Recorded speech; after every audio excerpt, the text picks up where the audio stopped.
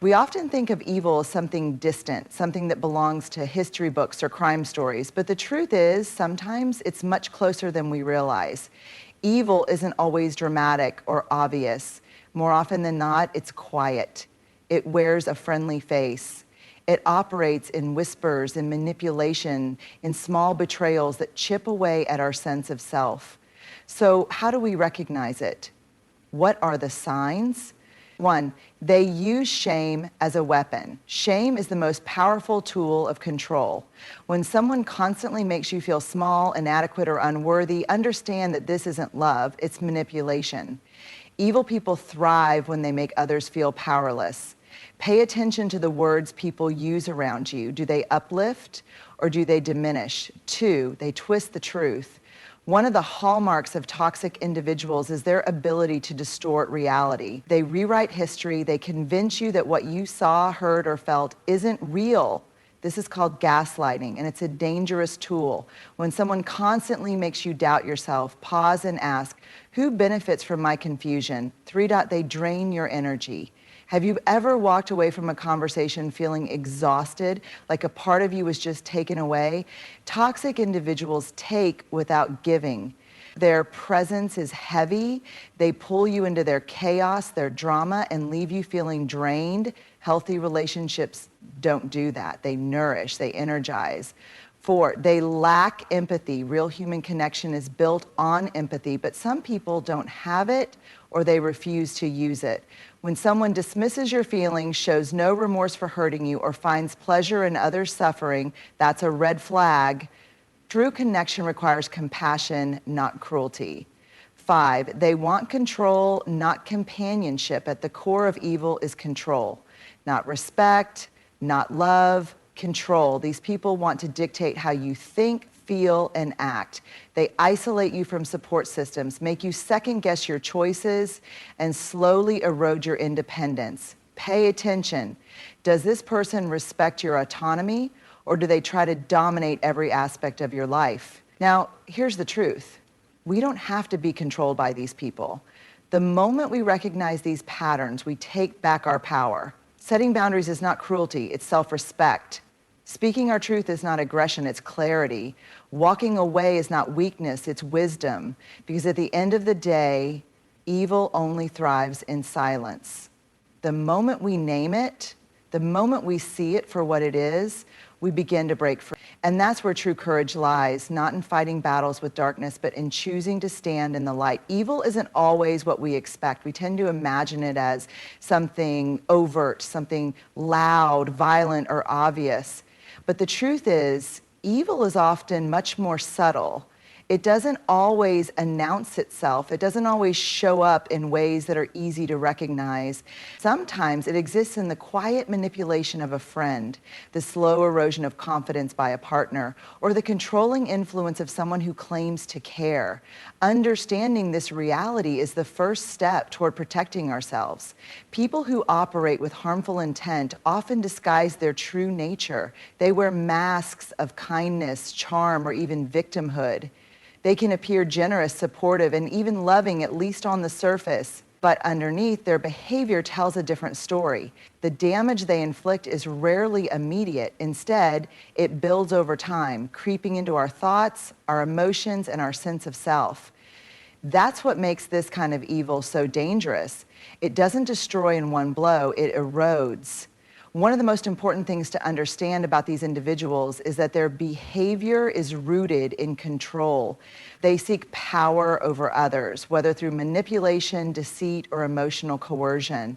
And because they know that direct aggression is too obvious, they often work in more insidious ways. They use shame to weaken people. They plant doubt to make others question their own reality. They twist truth and bend narratives to suit their needs. And they do all of this while maintaining an image of innocence. To truly understand how evil operates in everyday life, we must look beyond extreme examples and recognize the subtle ways it manifests. It exists in relationships where one person is always left feeling guilty, inadequate, or afraid. It exists in workplaces where a toxic boss uses intimidation instead of leadership.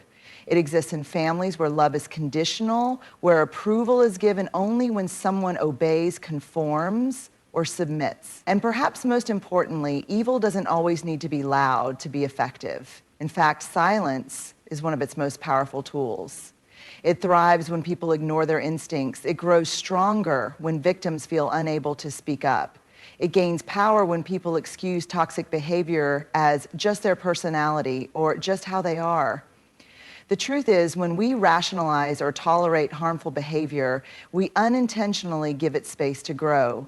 So how do we protect ourselves? It starts with awareness. The moment we stop looking for evil in only its most obvious forms, we begin to see it in its reality. We recognize it in manipulation disguised as concern. We see it in passive-aggressive comments meant to belittle. We feel it in relationships where we are never truly free to be ourselves. Once we see it, we can choose how to respond. We can set boundaries. We can say no. We can walk away from situations that chip away at our peace. Most importantly, we can refuse to engage in the cycle of shame and fear that these individuals try to create. Because at the core of their behavior is a need for control. And the greatest act of resistance is refusing to give them that power. Understanding evil behavior isn't about living in fear. It's about being equipped. It's about standing strong in our own sense of worth and refusing to let anyone diminish it. When we develop the ability to recognize these behaviors, we are no longer easy targets.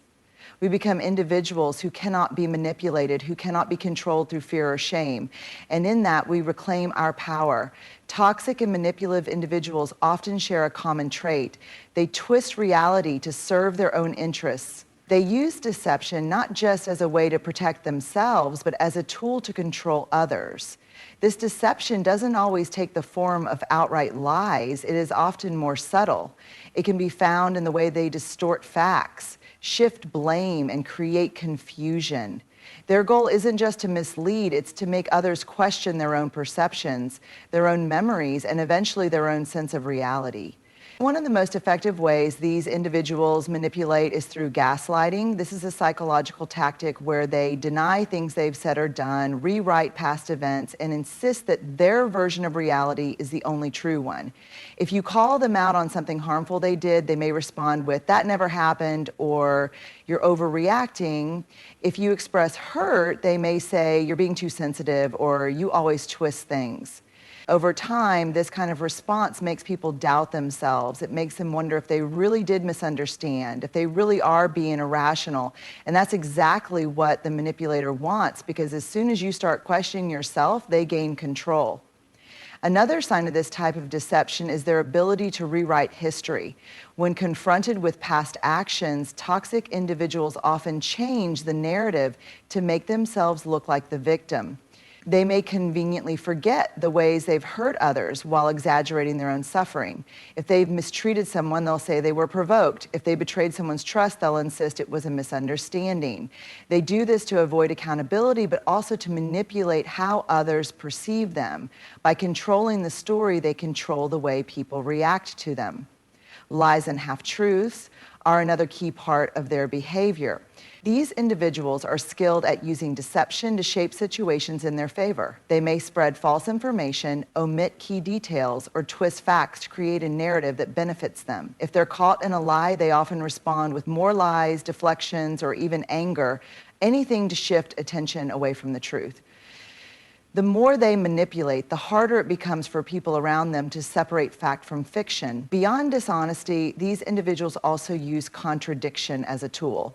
They may say one thing today and something completely different tomorrow, depending on what serves them best. If they get caught in their contradictions, they will either deny ever saying the previous statement or insist that it was taken out of context. This creates an environment where people around them feel constantly off balance, never quite sure what's real and what's not. The effect of being around someone who distorts reality is emotional exhaustion. When dealing with a toxic individual, people often feel like they're constantly explaining themselves, defending their memories, or trying to prove what actually happened. This is an intentional strategy. By keeping others in a state of confusion, the manipulator ensures they are always in control of the conversation.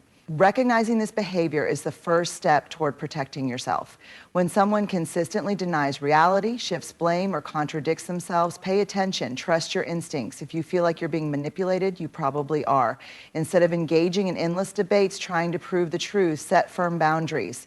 Know that you don't need someone else's permission to believe your own experiences. The more you trust yourself, the less control they have over you, and ultimately, that's what they fear the most. Someone who refuses to be controlled by their deception. Vulnerability is often misunderstood. Many people see it as weakness, as something to avoid or suppress, but in reality, vulnerability is one of the greatest sources of strength we have.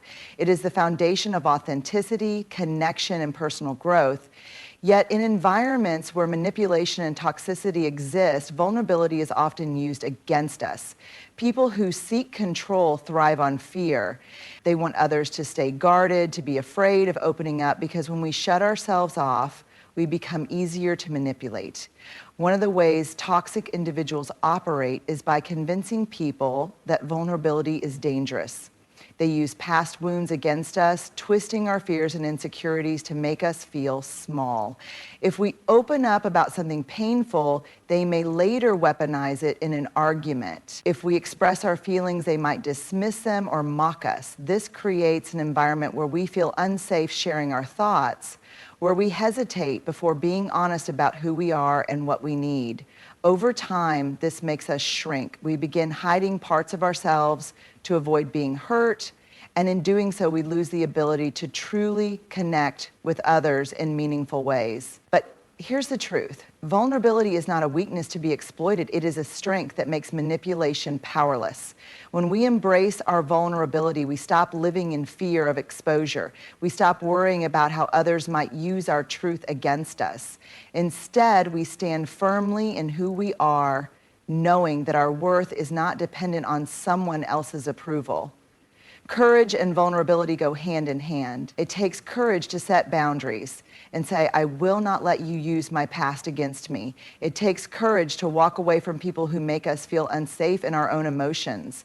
Toxic individuals want us to believe that avoiding vulnerability is the only way to protect ourselves. But real protection comes from owning our truth unapologetically. When we allow ourselves to be vulnerable in the right spaces with the right people, we create genuine connections. We begin to recognize who truly values us and who only seeks to control us. Healthy relationships are built on mutual trust, respect, and openness. In contrast, toxic relationships are built on control, shame, and emotional games. The difference becomes clear when we pay attention to how we feel after expressing vulnerability. In a safe relationship, we feel supported. In a toxic one, we feel exposed and used. Recognizing this difference is crucial. Many people who seek power over others do so by instilling shame, making us feel like our emotions are wrong, our fears are silly, or our dreams are unrealistic. This is how they maintain control. But the moment we stop believing those narratives, the moment we embrace the fact that our emotions, experiences, and struggles are valid, we take back our power. Setting boundaries is a natural extension of vulnerability. When we honor our feelings and recognize our worth, we no longer allow people to dictate how we should feel or what we should tolerate. We learn to say no without guilt. We learn to walk away without fear. Vulnerability does not mean allowing others to hurt us. It means being brave enough to stand in our truth and protect our emotional well-being. At the core of it all, vulnerability is not about letting everyone in. It's about being selective with who we allow close. It's about understanding that being open and honest is not a weakness, but a superpower. It is the thing that allows us to break free from manipulation, to build strong and authentic relationships, and to live without fear of being controlled. And when we embrace it fully, we become stronger than those who seek to use it against us. Breaking free from toxic influences is one of the most empowering things we can do for ourselves, yet it is also one of the hardest. Recognizing the need to disengage from a harmful relationship or environment requires not only awareness, but also the strength to take action. For many, the first step is acknowledging that the situation isn't healthy.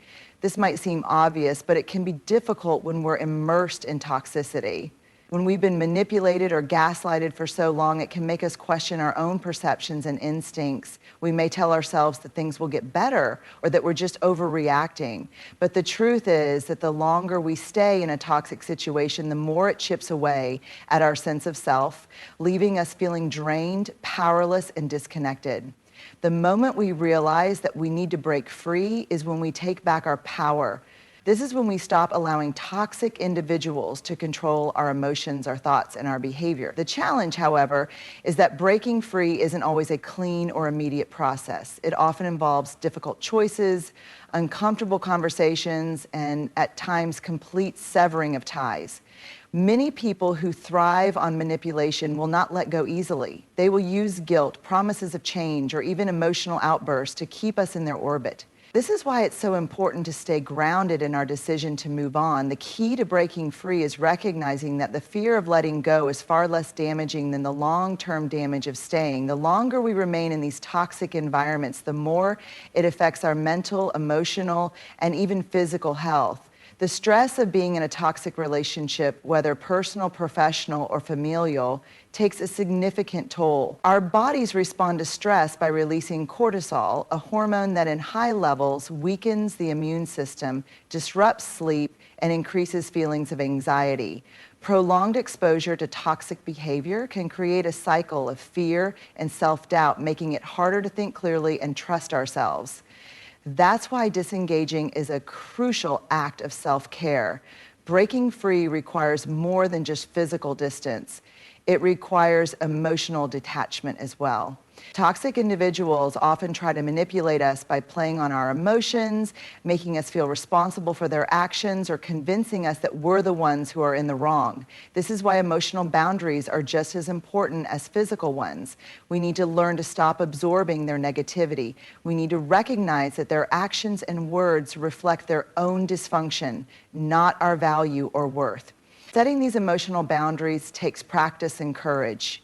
It means refusing to engage in their games and refusing to let their toxicity define us. It's about learning to say no without guilt, to walk away without looking back. But it's also about forgiving ourselves for having been in that situation in the first place. There is no shame in having been manipulated or harmed. It happens to many people. The real shame is in staying in that cycle when we have the power to break free. Breaking free also means surrounding ourselves with people who uplift us. It's about finding communities that value our well-being, that respect our boundaries, and that support our growth. When we break free from toxic individuals, we create space for healthier relationships, ones where we can thrive and be our authentic selves without fear of manipulation or control. The process of disengaging isn't always linear. There will be moments of doubt, moments of weakness, and moments where we question whether we made the right decision. But the key is to trust ourselves, to trust that the decision to break free is one made from a place of strength, not weakness. Over time, we begin to rebuild our confidence, restore our peace, and reclaim our power. This process, though difficult, ultimately leads us toward a life where we no longer allow toxic individuals to define our worth or shape our reality. We take back control and become the authors of our own stories, no longer bound by the chains of manipulation.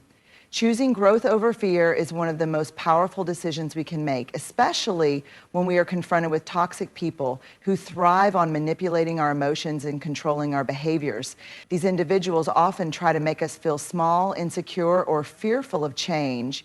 They use fear as a tool to keep us stuck in unhealthy patterns, preventing us from stepping into our full potential.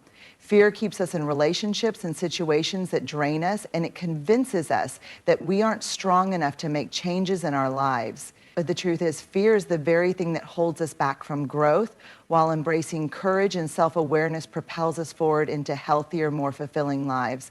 One of the first steps in choosing growth over fear is recognizing the ways in which fear has been used against us. Toxic people want us to be afraid of the unknown, afraid of making mistakes, and afraid of setting boundaries. They try to convince us that without them, we would be lost or incapable of succeeding. Their goal is to make us feel like we are dependent on them, that our happiness and sense of self-worth are tied to their approval. When we allow this fear to take root, we give them power over our lives. But the moment we begin to recognize that fear is an illusion designed to keep us trapped, we take the first step toward reclaiming our power. Choosing growth also means embracing discomfort. Growth doesn't happen when we stay in our comfort zones, wrapped in the familiarity of toxic relationships or environments. It happens when we step into the unknown, when we take risks, and when we face our fears head on. Toxic people make change feel daunting, but in reality, change is where true growth lies. It's in these moments of discomfort that we learn more about ourselves, our resilience, and our ability to thrive without the negative influence of others. It's in these moments that we discover how capable we really are. Moreover, choosing growth over fear requires us to let go of the stories that toxic people have written for us. Often, they impose narratives that undermine our worth, making us believe we are not good enough or that we don't deserve better. These stories become ingrained in our minds, and we begin to accept them as truth. To break free, we must challenge these narratives. We must rewrite our own stories, one where we are strong, worthy, and capable of creating the life we desire. This act of self-authoring is a powerful form of resistance against those who would try to keep us small. It's about rejecting their limitations and choosing to define ourselves on our own terms. Compassion also plays a crucial role in choosing growth over fear. It's easy to fall into the trap of self-criticism, especially when we feel guilty for allowing toxic people into our lives in the first place. We may tell ourselves that we should have known better or that we somehow brought the situation upon ourselves. But self-compassion teaches us that growth is not linear. We don't have to have all the answers right away, and we certainly don't have to be perfect in our choices. What matters is that we are learning, evolving, and making decisions that honor our well-being. When we treat ourselves with kindness, we can see our mistakes as opportunities for growth rather than as failures. Choosing growth over fear is also about embracing our own inner strength. Toxic people thrive when they make us doubt our own abilities and worth. They want us to feel powerless, to think that we cannot survive without them. But the reality is we are far stronger than they want us to believe. The more we choose growth, the more we tap into this inner strength, we begin to trust ourselves again, to believe in our capacity to create change, and to recognize that we are fully capable of living a life free from manipulation and fear. Growth comes from surrounding ourselves with people who support our journey, who encourage us to be our true selves, and who offer love and kindness rather than control. Choosing growth means seeking out relationships that nourish us, that inspire us to become better versions of ourselves, and that empower us to stand firm in our boundaries. It means choosing environments where we can thrive and be seen for who we truly are. In these spaces, fear has no place, and growth becomes not just possible, but inevitable. By choosing growth over fear, we ultimately create a life that is rooted in authenticity, strength, and the courage to face whatever comes our way without being held back by the toxicity of others.